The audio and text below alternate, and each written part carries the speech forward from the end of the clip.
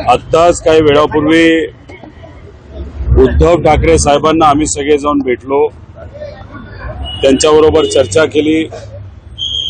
विषय काय होता तर दादांचा जो ऍक्सिडेंट झालाय का घातपात झाला याच्यावर जे काय मी आतापर्यंत प्रेझेंटेशन केलेलं आहे त्याच्याबद्दलची माहिती एका मोठ्या पक्षाचे प्रमुख म्हणून उद्धव ठाकरे साहेबांना द्यायची होती आणि ती बराच वेळ म्हणजे 45 मिनिटं आमची चर्चा या विषयावर झाली।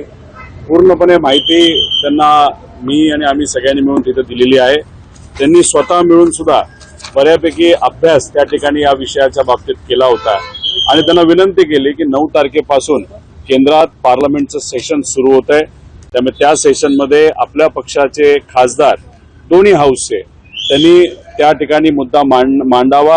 न्याय देण्यासाठी पारदर्शक पद्धतीने एन्क्वायरी कशी झाली पाहिजे, जे मंत्री आहेत आज देशाचे एव्हिएशन मंत्री त्यांच्या पार्टीचं आणि या VSRचं आतले संबंध त्या ठिकाणी असल्यामुळे न्याय मिळू शकणार नाही, त्यामुळे त्यांना त्या पदावर राहण्याचा कुठेही अधिकार नाही अशी भूमिका मी तिथे त्या ठिकाणी मांडली।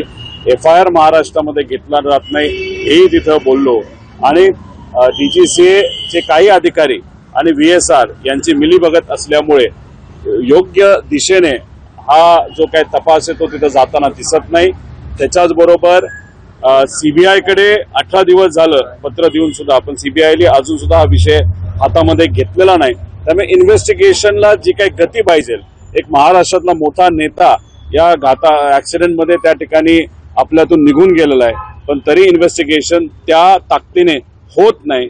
त्यामुळे एका मोठ्या पक्षाचे नेते म्हणून तुमच्याकडे एवढे खासदार आहेत, आमदार आहेत, तुम्ही सुद्धा या इन्व्हेस्टिगेशनमध्ये कुठेतरी गती यावी आणि अजितांना न्याय मिळावा ही जी लोकांची भूमिका आहे त्याला पाठिंबा देण्यासाठी आपण सुद्धा ताकद द्यावी अशी विनंती मी केली आणि त्यांनी ती स्वीकारली आणि स्वतः आणि त्यांचा पक्ष आणि सर्व खासदार आणि आमदार मिळून सुद्धा या विषयासाठी आपण लढूया एकत्रित असं त्यांनी त्या ठिकाणी मला सांगितलेलं आहे। ओके, एकूण आपण सांगतात की उद्धव ठाकरे यांनी देखील या विषयाचा अभ्यास केला होता, त्यांचं ओव्हरऑल या सगळ्या याच्यानंतरचं निरीक्षण काय आहे त्याबद्दल त्यांनी तुमच्याकडे निरीक्षण नोंदवलं नाही। त्यांचं मत आलं की ज्या पद्धतीने जे काही त्रुटी दिसत आहेत, नाहीतर सेफ्टीच्या बाबतीत ती VSR नावाची कंपनी आहे त्याच्यात त्यांना अनेक लोक भेटले आहेत, त्या लोकांनी सुद्धा त्यांना सांगितलेलं आहे की सेफ्टीच्या बाबतीत ती कंपनी खूप योग्य नव्हती। त्यांनी हेही सांगितलं की या VSR कंपनीच्या विविध विमानाच्या माध्यमातून आपण सगळ्यांनी मिळून कधी ना कधी ते त्या ठिकाणी प्रवास हा केलेला आहे। DGCAच्या बाबतीत सुद्धा त्यांना काही लोकांनी अधिकारी हे मिलीभगत आहे असं सुद्धा त्यांना तिथं सांगण्यात आलं। FIR बद्दल तर सगळ्यांनीच म्हणजे आश्चर्य व्यक्त केलंय की महाराष्ट्रात FIR कसा होत नाही। घाटकोपर मध्ये जो काही ऍक्सिडेंट झाला होता 19ला 9 महिन्यामध्ये पाठपुरावा केल्यानंतर आणि एखाद्या भाजपच्या खासदारांनी माजी खासदारांनी पाठपुरावा केल्यानंतर लगेच FIR होतो, पण इथे FIR होत नाही याच्यावर सुद्धा त्यांनी तिथं आश्चर्य हे व्यक्त केलेलं आहे। त्यामुळे जे मुद्दे मी घेतले त्यातले बरेचसे मुद्दे त्यांना सुद्धा त्या ठिकाणी मान्य आहेत। DGCA सारखा जो आहे एकूणच एव्हिएशन हे जे प्रकार आहे सर्वसामान्यांच्या थेट निगडीत नसल्यामुळे DGCA सारख्या लोकांचं फावतं आणि त्यामुळं त्या ठिकाणी अनेक गैरकारभार चालतात असं वाटतंय का, आणि हे जरा गांभीर्यानं घेणं गरजेचं आहे असं वाटतंय? नाही, 100% याच्यामध्ये बदल मोठ्या प्रमाणात होण्याची जरूरत आहे।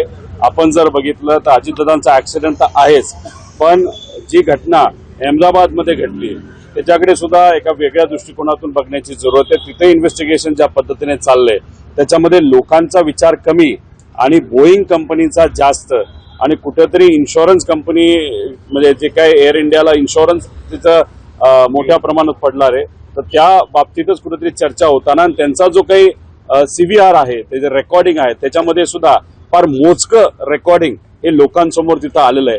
त्यामुळे लाखो करोडो लोक भारतामध्ये विमानाने प्रवास करतात, पण DGCA ज्या पद्धतीने वागते, सेफ्टी ऑडिट ज्या पद्धतीने करते, कुठेतरी आता धोका वाटायला लागला विमानात सुद्धा प्रवास करताना। त्यामुळे त्या अनुषंगाने रिस्ट्रक्चरिंग जे पाहिजे आणि कुठेतरी एक शिस्त DGCA मध्ये जी आली पाहिजे आणि करप्शन जे मोठ्या प्रमाणात DGCA मध्ये ते कुठेतरी कमी झालं पाहिजे, कारण शेवटी लोकांच्या सेफ्टीचा हा मुद्दा आहे। VIP गेला, आमचा नेता गेला, आमचा काका गेला, हा तर मुद्दा आहेच, पण करोडो लोक जे सामान्य परिवारातले ते विमानाने आज ज्या देशामध्ये प्रवास करतात त्यांच्या सेफ्टीचा सुद्धा खूप मोठ्या प्रमाणात हा मुद्दा आहे। आपण बघतोय की आज महाविकास आघाडीच्या माध्यमातून शरद पवार यांचं राज्यसभेसाठी पुन्हा एकदा नाव निश्चित झालेलं आहे. एकूणच मोठ्या प्रमाणात ओढाताण किंवा दावे प्रतिदावे केले जात होते. या विषयावर उद्धव ठाकरे यांच्याशी काही चर्चा झाली, तुम्ही आभार मानले का? आणि दुसरी गोष्ट, तुमची प्रतिक्रिया काय असेल या? एकच मुद्दा महत्वाचा आहे की काल एबीपी माझा, उघडा डोळे बघा नीट.